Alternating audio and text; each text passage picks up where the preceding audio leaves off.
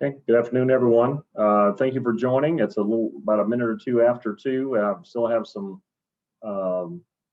persons trying to connect, so we'll give them another few minutes. Oh, not quite that long. This session will be recorded today, and we're going to try to get that uploaded to the SunTrust Plaza website for later viewing.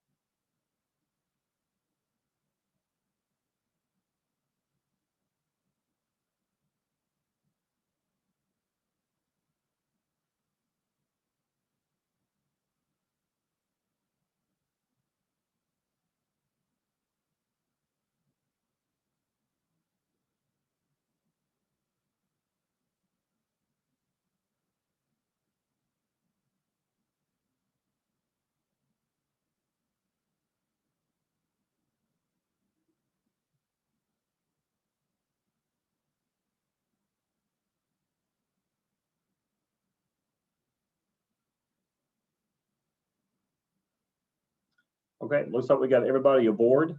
I appreciate Katie Plaza getting this set up for everyone. And all of you are muted at the moment. So if you need to ask a question at the end, we'll have to unmute you. It's very hard to do a class on GoTo or Zoom with everyone talking at once. That doesn't quite work out well. So we're going to work off of the life safety review that is on the SunTrust Plaza website. You should be able to see Katie's screen as it appears, and this is the website as it appears. So if you go into building operations and of course go into security life safety, you will see a life safety instructional overview. So when you select that, it will pull up, please click and download. And this is the life safety overview. This is not the floorboarding or life safety training that we do when we had classes in person. This is a condensed version, but I believe it'll be good for everyone to go through this just to make sure we have a refresher as people begin to return to the buildings. We've not had a fire drill. We've not had a building evacuation drill in well over a year. We did get to exercise our tornado plan just a few weeks ago when we had a real tornado warning for Atlanta. That's been the first time in probably several years we've had to actually make the announcement. So those of you who were on site for that did get a taste of reality with an actual tornado warning. So we'll go ahead and proceed. Go ahead and give me that first slide, Katie.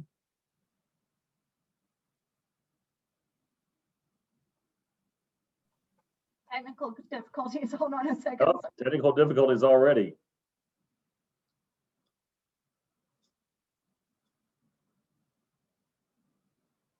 There we go. For the version that is on the website, we've got the life safety overview classified into fast facts. These cover general building information. We also talk about our emergencies that can come about. That would be, of course, fires and fire alarm, bomb threats, medical incidents, which oddly enough, we're in the middle of at the moment here at the plaza. We do have EMS on site, so if anyone is on site and seeing the ambulance on Peachtree, we do have someone not feeling well in the building. Weather emergencies, we just talked about those, and of course, events of extreme violence. These are your hostile aggressive, hostile intruders, active shooters, which we've never encountered here, and I hope that we never do. Second part of all this is what to do, and these, of course, are our general procedures. Again, this does not replace the very detailed presentation that is done before each drill. This is a general overview. And of course, at the end, I've got a quick quiz, and I'll see if I can call on some of you to answer questions. So everyone pay attention and take notes. Like in school, there is a quiz at the end. So we'll see if everyone's up to par here. All right, go ahead and give me the next slide, Katie. For fast facts for fire and general evacuations, of course, it gives you the opening dates for the building, the Plaza 92 and the Garden offices in 2000. Of course, both buildings do have full sprinkler protection, and of course, they're protected by a state-of-the-art fire system that is monitored 24/7. Of course, both buildings were, of course, designed and built with fire and evacuation in mind. And of course, until 2020, there was an annual fire drill for each floor and an annual full building evacuation. We did, I think 2020 is the first year that we've never has gone by without those drills being conducted. So as the pandemic eases and things become available to us and safe for us to do, we will begin those again. Next slide, please, Katie. The fire alarm system can be triggered, usually can be triggered by a smoke detector, which is where most of our alarms come from. Movement of water within the sprinkler system, that is quite rare. And of course, the alarm pull stations on the walls, which are also quite rare. So majority of our fire alarms in the building do come from our smoke detection system. Of course, when the fire alarm does trigger, you will get an audible alarm. And of course, you also get a visual strobe lights that go off on the floor. We will silence that audible alarm. That's so we can communicate with you and you can communicate with us, and we can communicate with each other on the radio without having the audible alarm screaming. I will emphasize the word in our ears. Now, as long as the alarm is active, you will have the strobe lights flashing. So just because the sirens have stopped does not mean that the alarm has been cleared. So as long as the alarms, the visual alarms are flashing, the alarm is still active. The first alarm does not require an evacuation, but anyone that wants to leave the floor on the first alarm, which is fine, needs to proceed and need to know where their safe refuge floor or safe refuge areas are located. And we'll get into that as well when we get into the presentation a little bit more. Okay, for the plaza, the safe refuge floors are normally 4 floors down. Fortunately, these are all marked on the doorways of where to stop. Normally it's 4 floors down. Now, if you have an internal staircase, that throws off this count. So that we have to remark those. But there is signage at every stairwell door telling you know where to stop for a fire evacuation. In the plaza, the only real exceptions to this are plaza floors 2, 3, 4, and 5, and they all wind up in the food court area. There is no safe refuge floors for plazas 2, 3, 4, and 5. You wind up in the food court.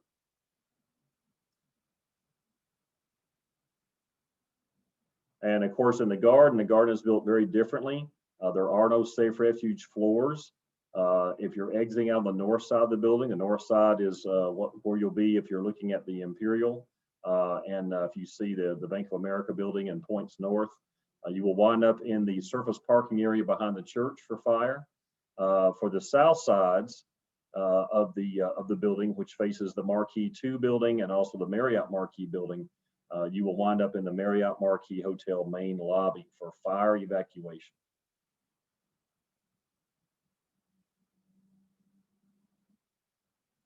Okay, now if we do go up and the alarm is confirmed, either we suspect or confirm that there is a fire emergency present, we will activate the alarm again. This will be a second activation of the audio and visual alarms.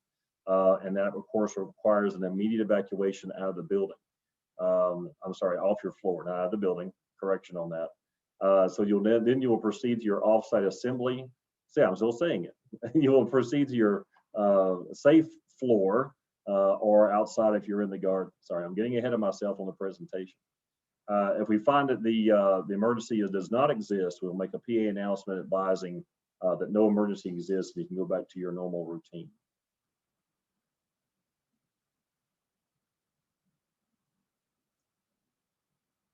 Okay. Now, if you discover a fire, you follow what we define as the 3 C's. Clear anyone from the area from the fire, confine the fire, because this is what helps control the flow of air and oxygen to the fire. Call 911 and the security emergency number at 223-1070 for the plaza, or 586-0666 for the garden. But do the other C's first. After you've completed these, and pull the handle on the fire alarm pull station as you are exiting at the stairwells. There are fire extinguishers, the building supplies, and the garden, 3 per floor. The plaza has 2 per floor. They are at or near the stairwell exits. Always have a partner with you if you plan to use a fire extinguisher. If you've not gone to fire extinguisher training, that's not overly important. They're very simple, and we'll go to that on the next slide, showing you how to use the extinguishers. All right, the building supplies, and most of them in the building you'll find are called ABC type. They use a dry powder to smother the fire. Always with a partner with you, you use what they call the PASS method, and PASS stands for pull, aim, squeeze, and sweep. And you can read on there. If you're fighting a trash can fire or a fire inside of a container, you will stand off from that and let the powder fall into the barrel. Do not run up and put the nozzle inside the trash can or the barrel and squeeze the handles together. That will the propellant and the fire extinguisher will blow the fire up at you. So you keep your distance and let the powder fall into the container from the top. All right, moving on to bomb threats. We've had very few of these, very happy to say. 98% of all bomb threats, and that's pretty much worldwide, are hoaxes. They are designed, of course, to disrupt building activity and make people generally fearful. Bomb threats have a different level of credibility, and we will judge them based upon their credibility, but they will always spark a response. That will be always a search of the buildings. We do train the security staff and the building engineers for bomb search. This is always this is about a yearly event.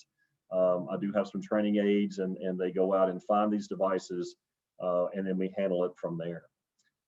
If we do have to leave the building for bomb threat, make sure you have a pre-selected off-site assembly area. Finally caught up with my own presentation here.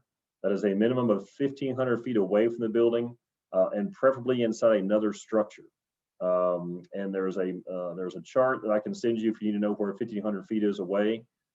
Basically, 1,500 feet is south to almost the south side of Peachtree Center, east to the old Civic Center. Now it's empty.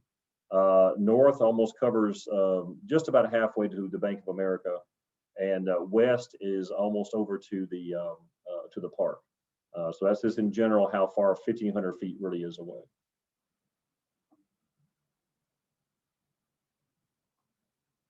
Okay. If you do get a bomb threat, make sure you call 911 and report it. And of course, our 2 emergency numbers again. Be prepared to evacuate to your off-site assembly area.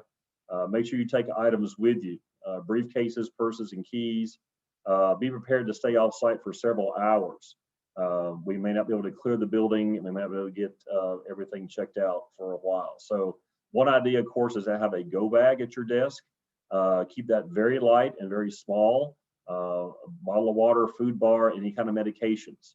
And don't forget your shoes. I see a lot of people walking when the buildings are occupied. That's a great idea. You don't want to have to be standing or walking in shoes that you don't want to be walking or standing in for a long time. So use your own call and your own judgment for that, but be prepared to be out of the building for several hours if necessary. So our medical, like I said, we actually have one going on at the moment. All of the security staff are first aid, AED, and CPR certified. Of course, AEDs are referred to as, of course, defibrillators quite often. and the CPR, of course, is for the resuscitation technique. And bloodborne pathogens are meant to protect us and to protect the victim from any kind of cross-contamination. We have first aid kits at the lobby desk and the dock office. For the plaza, there is an AED in the plaza lobby. In the garden offices, they're in the south elevator lobbies on the atrium and third floor. If your office has a first aid kit or your office has an AED, which some of them do, make sure you know where they are and make sure you know how to use them. They are very important. On first aid kits, most of your contents are perishable. You cannot keep the first aid kit hanging on the wall for 4 or 5 years and expect everything to work if you need it. So you have someone checking on those and keeping those things up to date. Okay, if you do have a medical emergency, do call 911. Go ahead and start EMS, but make sure you contact us as well.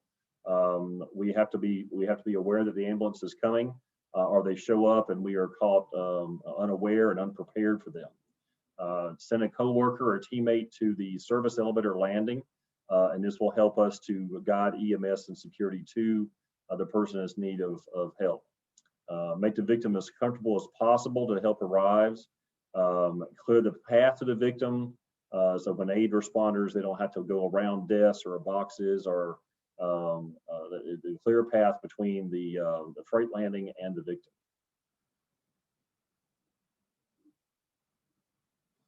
Okay, tornadoes. Again, like I said, we made our first tornado warning of the year just a few weeks ago when we had the line of thunderstorms come through.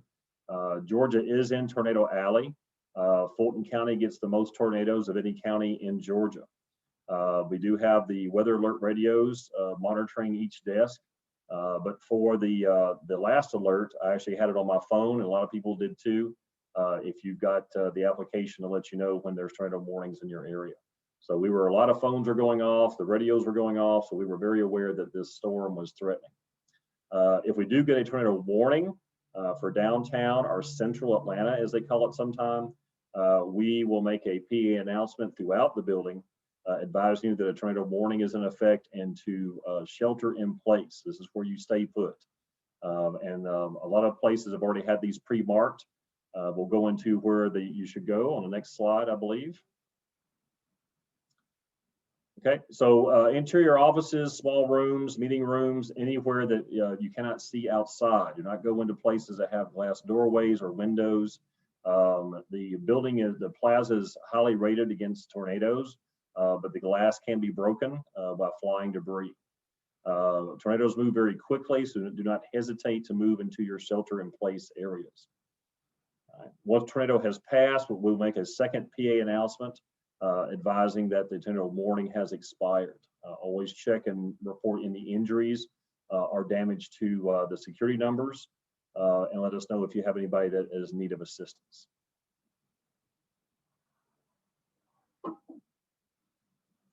Okay, acts of extreme violence.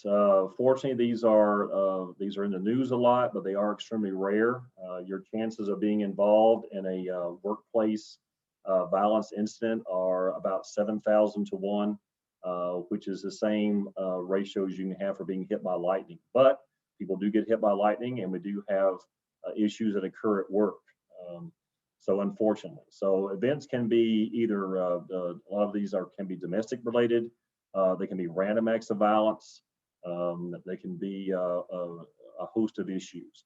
The main thing here, of course, is early detection, pre-employment screening, and of course, reporting of handling of aggressive behavior are key steps to prevention. The old saying that an ounce of prevention is worth a pound of cure is triple or quadruple so for preventing acts of aggression.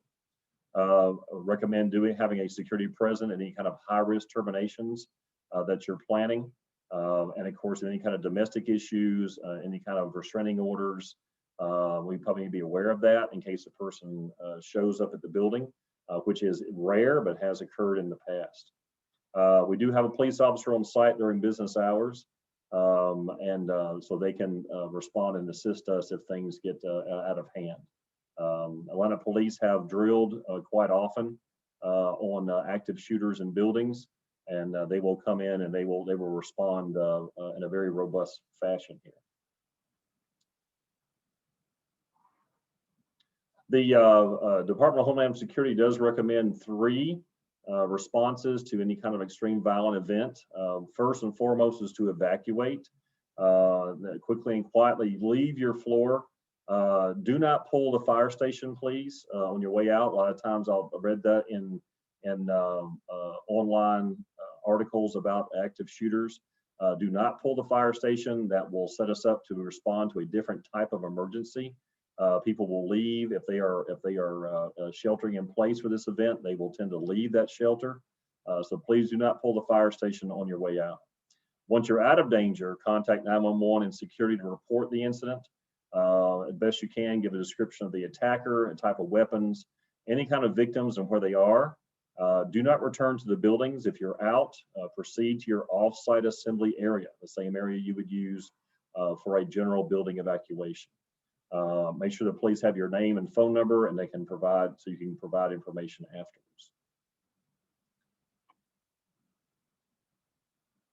Your second response, of course, is to hide out. I hope everybody can see the photo here. This is probably one of the best pictures I've ever found of a couple. They've got the, I'm sure they've silenced their cell phone, not on vibrate. You can still hear a vibrating phone many, many feet away. Secure in a space, secure the lighting and secure the door. Block the door with furniture and find a place of concealment or cover within that room. The only issue here with this photo is that the light is still on, of course, because we couldn't see it, but definitely turn the lights off and be as quiet as possible. This is only if you cannot get out of the area or off the floor. This is a secondary response to a violent event. Okay, and last and certainly least, and only if your life is in danger, take action against the attacker. Majority of the time, you're up against an untrained shooter, a person that a lot of these people are on a suicide mission. Unfortunately, your job is to engage them, and it's very difficult for them to shoot at you if they are dodging items. I've been in classes where SWAT team trained men and women have been the aggressor in our drill, and they have a very hard time shooting accurately if they are dodging equipment and being engaged by their potential victims. And these are trained personnel. The main thing to do is to develop a survival mindset. I will go home today. If you give up, it is a sure sign that you will give up, and you don't want to do that. Again, most attackers will surrender or commit suicide when confronted. A majority of them will do that. Okay, and when unfortunately, when the event is over, it's not quite over. When the police do arrive, their job and number one job and only job is to stop the attacker. They will not assist with the evacuation or treat the injured. This goes against years of training for them, unfortunately. They will literally step over injured persons to find the shooter. Do obey instructions from the police. Raise your hands, spread your fingers. No sudden motions. Do not yell, point, or grab the officers. They will come in a shoot, don't shoot mode. They treat everyone as a possible threat. Most of the time, the information they get about the shooter is inaccurate. Height, weight, race, age, sex, all of it. So unfortunately, they come in with weapons drawn, fingers on triggers. And unfortunately, there have been people injured after an event by the police because they're not sure who you are.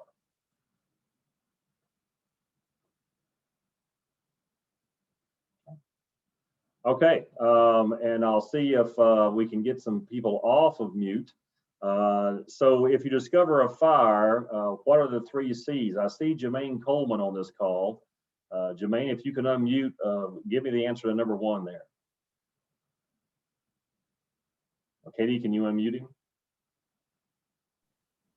I cannot unmute anybody, unfortunately. Oh, can't unmute. That's terrible. Okay, of course, the 3 C's is clear, confine, and call. This is designed to slow down and slow down the fire and alert your coworkers to the issue. And of course, number 2 is where is your fire safety refuge floors or area for the plaza. Usually it is 4 floors down. in the garden. It's either the north side parking behind the church or the south side at the Marriott Marquis lobby. Everything is marked on the doors as you exit, so you should not get confused on that. Can elevators be used for the fire evacuation? And the answer is no. That works in 99.9% of all buildings. Do not use the elevators for fire evacuation. What percentage of bomb threats are hoaxes? And that's going to run between 98 and 99% of all bomb threats are hoaxes. So the odds are in our favor, but we do respond to those and do a search and let you know. Where is your company's off-site assembly area? There are many. Make sure you know where they are and make sure your teammates know where you are. Even during our drills in the past, we always had people that were lost and did not know where to go. So make sure that is well documented and well posted. Do tornadoes occur in metropolitan areas? Absolutely. Atlanta had its last tornado come downtown in March of 2008. We are overdue for a tornado in Atlanta. We did have one in the areas a couple weeks ago, so I'm hoping that's it for a while. Should you respond to a tornado warning on a PA announcement? Of course, this is a shelter in place. You do not evacuate during a tornado warning. Always find your interior rooms away from glass.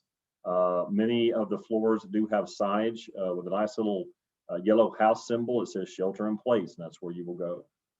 And of course, who do you call for a medical emergency? 911, of course, and then the 2 emergency numbers for the plaza and the emergency number for the garden offices. But always call 911 first, but let us know they're coming.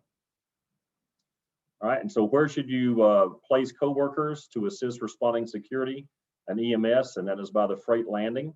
Also for security, who will be coming up probably on the passenger elevator, someone on the floor where the medical is occurring would be good, but definitely someone by that freight landing for EMS.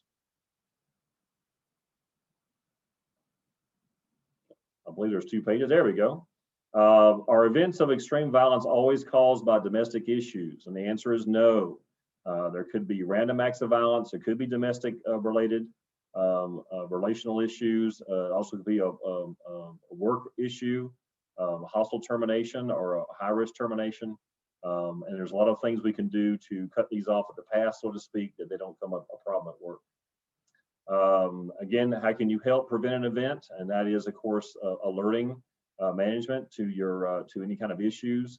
I've seen, a lot of people say, oh, people just snap, and usually people won't just snap. There's usually a graduated and systematic increase in wording or events leading up to a violent situation. Of course, the 3 DHS recommended responses, an active shooter event, as our next question. And that, of course, is to evacuate or get out. The second thing is to hide out or shelter in place. Last but not least, of course, is to engage the attacker. That is your last ditch effort. When the police arrive in your area during an active shooter event, you should point out victims for treatment. Don't do that. The police don't like that kind of hand motion. The EMS crews will enter the active shooter area as soon as it is safe to do so. There are several options that Atlanta Police and Atlanta Fire Rescue are working on to get EMS crews to victims quicker than before. The event does not have to be completely over any longer. It used to be they had to clear the entire floor or the entire mall or the entire building before EMS was allowed in, and unfortunately victims were not lasting that long. And now they are moving the EMS crews in much quicker with police protection. So that is there is an improvement on that in that corner of the response team. Okay, and that concludes the presentation. My contact information is here, phone number and email. So I appreciate everyone coming out this afternoon and tuning in to this refresher. Please make sure this link is available to all of your teammates, coworkers, partners, and make sure they're aware. Again, as the buildings reoccupy, and when it's safe to do so, we will begin our drills and training and drills again in 2021. So I appreciate everyone coming out this afternoon. Any other questions you have, please email them to me or call, and we will address them as quickly as possible. Hey, Greg, Thanks again to Katie for setting this call up so we if can we keep do have everybody prices better. to give out, Have a great afternoon, everyone. Greg, can you hear me? We have prizes to give out. Sorry. That's okay. So we determined prize winners by Sorry. by I did cut that off. matching the randomly generated number to the order in which you logged on. So I would like to congratulate Tiffany Thompson with a $25 Big Kahuna gift card, and Denicia Price with a $25 Pacific Rim gift card. So we'll reach out to you and find the best way to get those to you after this meeting. Okay. Okay, yay. Thank you, Katie. All right. Thanks so much, guys. Okay, if that's it, I think we can close it out. Sure can.